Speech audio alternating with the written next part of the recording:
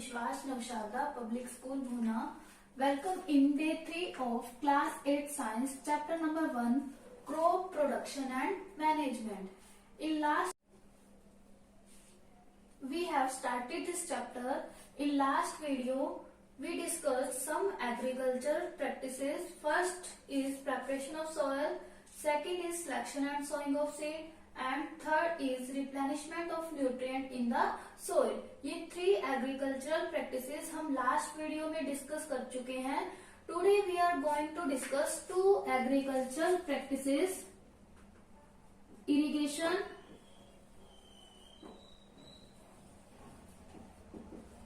and protection from weeds, या फिर crop protection भी बोल सकते हैं.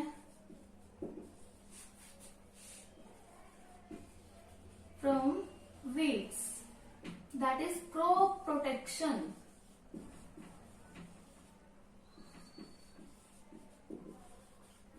Firstly, we will discuss irrigation, and after that we will discuss crop protection.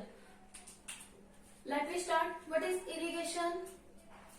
Irrigation is the watering of plant at regular interval of time. Means एक regular interval पे हम crops को क्या करते हैं, वाटर देते हैं, तो उसे हम क्या बोलते हैं, इरिगेशन. अब इरिगेशन जो है या फिर वाटरिंग ऑफ प्लांट है, इम्पोर्टेंट क्यों है?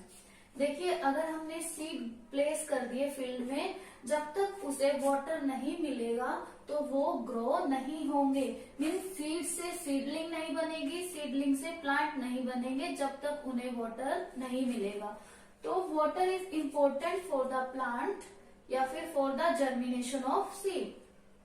फर्स्ट पॉइंट क्या हुआ? Water is important for the germination of seed. Second point, water is important for the growth of the plant. और वाटर किसके लिए इम्पोर्टेंट है? Growth of the plant. अब रूट्स है वो वाटर को अब्सॉर्ब करेंगी. जैसे ही हमने मैन्योर या फर्टिलाइजर डाला फील्ड में, तो जो फर्टिलाइजर है वो वाटर में डिजोल्व हो जाएगा, और वाटर में डिजोल्व होने के बाद जब रूट्स वाटर को अब्सॉर्ब करेंगी तो साथ में जो न्यूट्रिएंट्स हैं वो भी पूरे प्लांट के पार्ट को ट्रांसफर हो जाएंगे. तो इसीलिए क्या है, रेगुलर इंटरवल पे या फिर टाइम टू टाइम फील्ड में या फिर क्रॉप्स को वाटर की जरूरत होती है. तो this is the reason why irrigation is important. Okay, now what are the factor that affect irrigation? कि इरिगेशन को कौन कौन से फैक्टर अफेक्ट करते हैं? 3 टाइप से होती है irrigation. First is crop based. Crop based,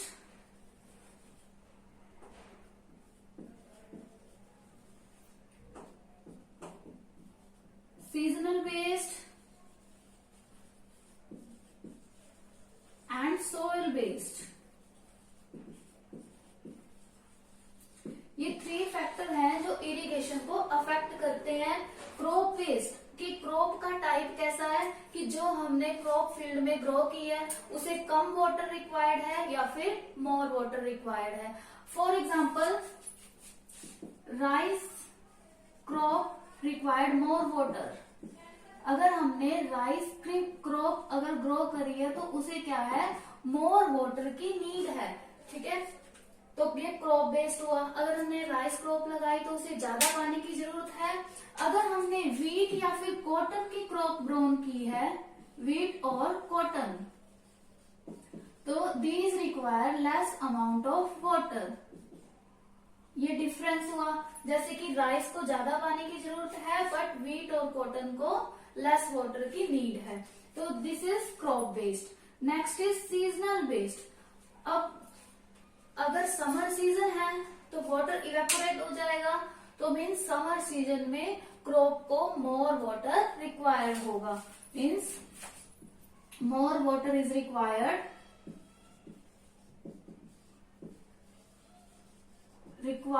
in summer season.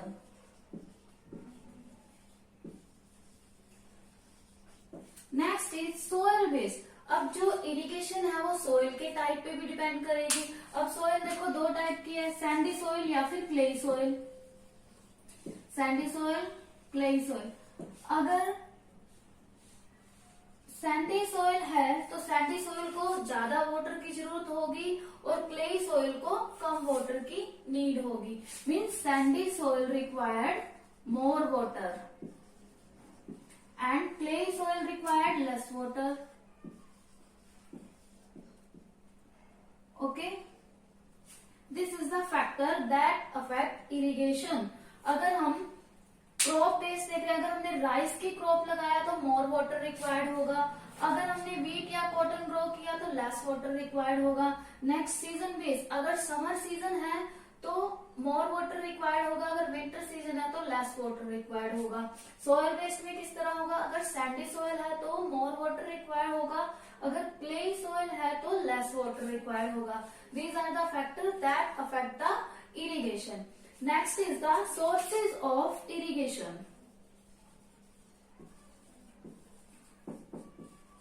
Sources of irrigation.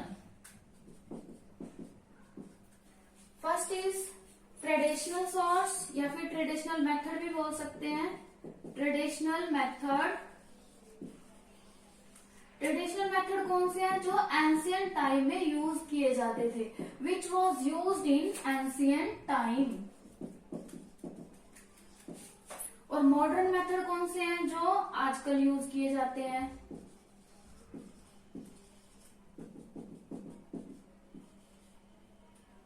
Means जो आजकल यूज किए जाते हैं नाउअडे,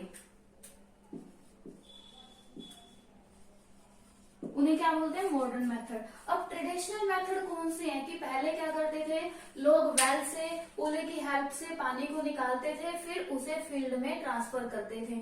तो ये मेथड कैसा था, मतलब इससे क्या था, लेस वाटर हमें मिलता था बट लेस एफिशिएंट भी था, क्योंकि बहुत ज्यादा टाइम लग जाता था पानी को ड्रॉ करने में और उसे फील्ड में ट्रांसफर करने में। ठीक है, तो इसको आजकल कैसे ट्रांसफर कर दिया कि वेल में से पानी कैसे निकाला जाता है, by the help of pump. अगर by the help of pump पानी निकाला जाएगा तो इससे क्या है, लेस टाइम कंज्यूम होगा। पहले जैसे पानी निकाला जाता था बाय हैंड तो इससे क्या होता था, ज्यादा टाइम रिक्वायर्ड होता था, बट आजकल पंप की हेल्प से पानी को निकाला जाता है और उसे फील्ड में प्लेस कर दिया जाता है। इससे क्या है, टाइम सेव होता है। और कौन से मेथड हैं जिनका आजकल यूज किया जाता है, drip system and sprinkler system.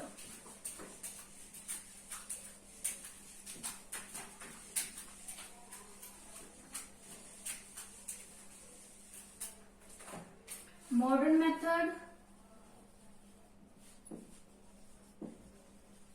Of irrigation.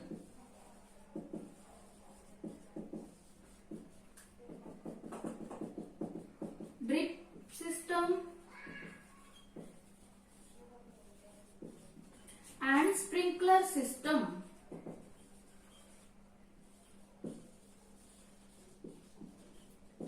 देखिए ड्रिप सिस्टम में क्या होता है कि पाइप्स लगा दी जाती हैं पूरे फील्ड में, और पाइप्स के अंदर छोटी पाइप मीन्स सब पाइप्स लगाई जाती हैं, जहां से वाटर कहाँ से लीक होगा, प्लांट्स की रूट्स में होगा। जैसे मान लो कि यहाँ एक प्लांट ग्रो है, यहाँ भी एक प्लांट ग्रो है, हेयर ऑल्सो। ओके, इस तरह से पाइप लगी हुई है और इस पाइप में से यहाँ से एक होल होगा, इस प्लांट की रूट में पानी जाएगा, इस प्लांट की रूट में पानी जाएगा, यहाँ से फिर नीचे एक पाइप होगी, उससे इस प्लांट की रूट में पानी जाएगा, उससे इस प्लांट की रूट में पानी जाएगा। मीन्स ड्रिप सिस्टम में क्या होगा, ओनली प्लांट्स की रूट में ही वाटर लीक होगा और कहीं से भी पानी इसमें से लीक नहीं होगा। तो इससे क्या है, पानी सेव होगा, मीन्स इससे सेवेज ऑफ वाटर होगी। और ये कौन से एरिया के लिए एक बोन है जहां पर मोर अमाउंट में वाटर अवेलेबल नहीं है, उस एरिया के लिए जो ड्रिप सिस्टम है वो क्या है, एक बोन की तरह काम करता है। मीन्स वहां के लिए ड्रिप सिस्टम क्या है, एक वरदान है। और मेनली ड्रिप सिस्टम का यूज है वो गार्डन में किया जाता है, जहां पर जैसे मैंगो के ट्री लगाए गए हैं तो इस टाइप से बड़े बड़े ट्री होंगे और पानी जो है ड्रिप सिस्टम से यूज होगा और वाटर जो है प्लांट्स की रूट्स में डायरेक्ट सप्लाई होगा और पूरे फील्ड में वाटर प्लेस नहीं होगा। नेक्स्ट सिस्टम है स्प्रिंकलर सिस्टम। स्प्रिंकलर सिस्टम में क्या होगा, पूरे फील्ड में परपेंडिकुलर पाइप्स लगा दी जाती हैं। पूरे फील्ड में परपेंडिकुलर पाइप, इस तरह से पाइप लगाई जाती हैं और उसके ऊपर एक नोजल लगा होता है, रोटेटिंग नोजल। यहाँ पे एक रोटेटिंग नोजल लगा होगा जिसे हम क्या बोलते हैं, स्प्रिंकलर बोलते हैं। जब हम इसका एक मेन पाइपलाइन होगा, मेन पाइपलाइन ये पंप से अटैच है। जैसे ही पंप को ऑन करेंगे, वाटर जो है पूरी पाइपलाइन में ट्रांसफर हो जाएगा, यहाँ से इस पाइप में जाएगा और यहाँ से मेन स्प्रिंकलर जो है वहां से पानी इस तरह से स्प्रिंकलर होगा। एज अ रेन, जैसे बारिश आती है उस तरह से वाटर यहाँ से फॉल होगा और पूरे फील्ड में प्लेस हो जाएगा। ओके, ये किसके लिए इम्पोर्टेंट है, सैंडी सॉइल के लिए। स्प्रिंकलर सिस्टम जो है सैंडी सॉइल के लिए इम्पोर्टेंट है। और अगर हमने कॉफी का प्लांटेशन करना है तो कॉफी प्लांटेशन के लिए भी स्प्रिंकलर सिस्टम का यूज किया जाता है। तो these are the two modern method of irrigation, drip system and sprinkler system. Drip system में क्या होगा, जो वाटर है डायरेक्ट प्लांट्स के रूट में ट्रांसफर होगा, और स्प्रिंकलर सिस्टम में क्या है, जैसे रेन होती है उस तरह से पानी पूरे फील्ड में स्प्रिंकलर हो जाएगा। किसके लिए मेनली यूज किया जाता है, सैंडी सॉइल के लिए और for the plantation of coffee. तो this is all about irrigation.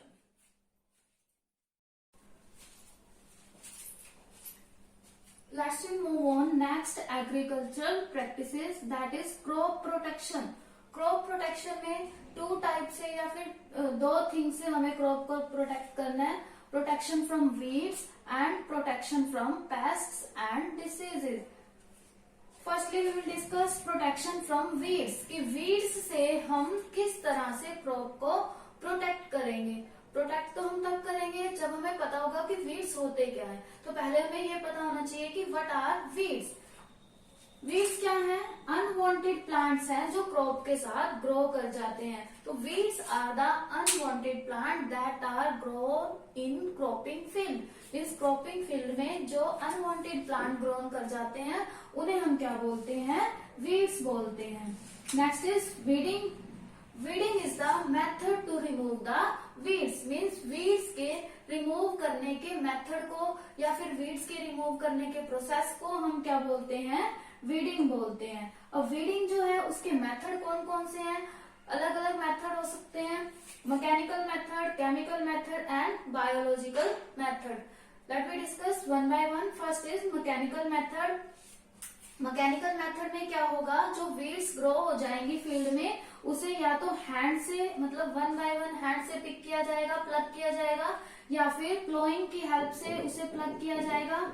Okay, या फिर जैसे इंस्ट्रूमेंट्स होते हैं खुरपी, उसकी हेल्प से वीड्स को रिमूव किया जाता है। तो ये कौन सा मेथड है, मैकेनिकल मेथड।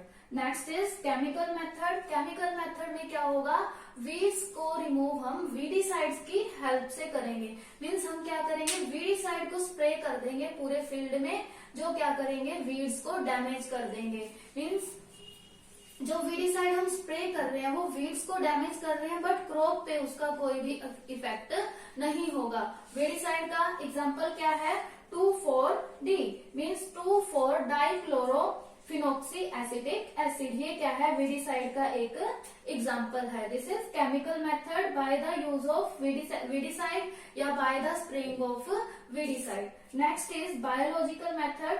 बायोलॉजिकल मेथड में क्या है कि हम क्या करते हैं, एक टाइप ऑफ इंसेक्ट इंट्रोड्यूस करा देते हैं क्रॉपिंग फील्ड में। ठीक है, एक टाइप के इंसेक्ट हम क्रॉपिंग फील्ड में इंट्रोड्यूस करा देंगे, जो क्या करेंगे, वीड्स को डैमेज कर देंगे, बट क्रॉप पे उसका कोई इफेक्ट नहीं होगा। बायोलॉजिकल मेथड मीन्स इंट्रोडक्शन या फिर introduction of insect in the field, कि फील्ड में हमने इंसेक्ट को इंट्रोड्यूस करा दिया, जिससे क्या हुआ, जो वीड्स है वो डैमेज हो जाएंगे, but these don't affect the crop. Crop को ये अफेक्ट नहीं करेंगे। Next is protection from pests and diseases, कि पेस्ट और डिसीजेज से हम किस तरह से प्रोटेक्ट कर सकते हैं क्रॉप को। तो फर्स्टली पेस्ट होते क्या है, pest are the organism that damage the crop. Pest क्या है? ऐसे ऑर्गेनिज्म है जो क्रॉप को डैमेज कर देते हैं। तो अब हम क्या करते हैं, पेस्टिसाइड्स का यूज करके हम क्रॉप को प्रोटेक्ट कर सकते हैं पेस्ट से। ठीक है, पेस्ट से ऑर्गेनिज्म में क्या हो सकते हैं? रोडेंट हो सकते हैं, रोडेंट मीन्स रैट हो सकते हैं, और क्या हो सकते हैं? इंसेक्ट हो सकते हैं। ठीक है, ये क्या है? क्रॉप को डैमेज कर सकते हैं। अगर मान लो क्रॉपिंग फील्ड में रैट है, रैट की वजह से क्रॉप खराब हो रही है, तो इसके लिए हम क्या यूज कर लेंगे? रोडेंटिसाइड का यूज करके हम क्या है? रोडेंट को डैमेज कर सकते हैं, और इंसेक्टिसाइड का यूज करके हम इंसेक्ट को किल कर सकते हैं। मीन्स रोडेंट को किल करने के लिए रोडेंटिसाइड और इंसेक्ट को किल करने के लिए इंसेक्टिसाइड का यूज कर सकते हो, और इस तरह से हम क्रॉप्स को प्रोटेक्ट कर सकते हैं पेस्ट से और वीड से। तो these are the two method of agricultural practices, irrigation and protection from the weeds. Next method, harvesting, after that storage, that we will discuss in next video. Thank you, bye bye, keep studying, stay home, stay safe.